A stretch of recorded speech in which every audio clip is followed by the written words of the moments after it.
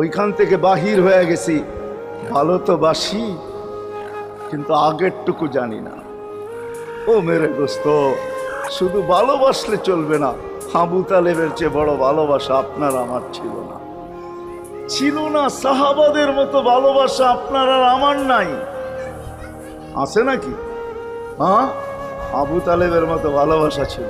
চলেন শর্ট করি। আবু তালেবকে নিজের হাতে আল্লাহ রসুল কবরে রাখছেন। যখন রাখতেছিলেন তখন চিৎকার দিতেছিলেন, আম্মি মা তারাক্তালি সাবিলা, চাচা কোনো রাস্তা রাখলেন না আমার জন্য। বলছিলাম কলেমা পড়েন, পড়লেন না।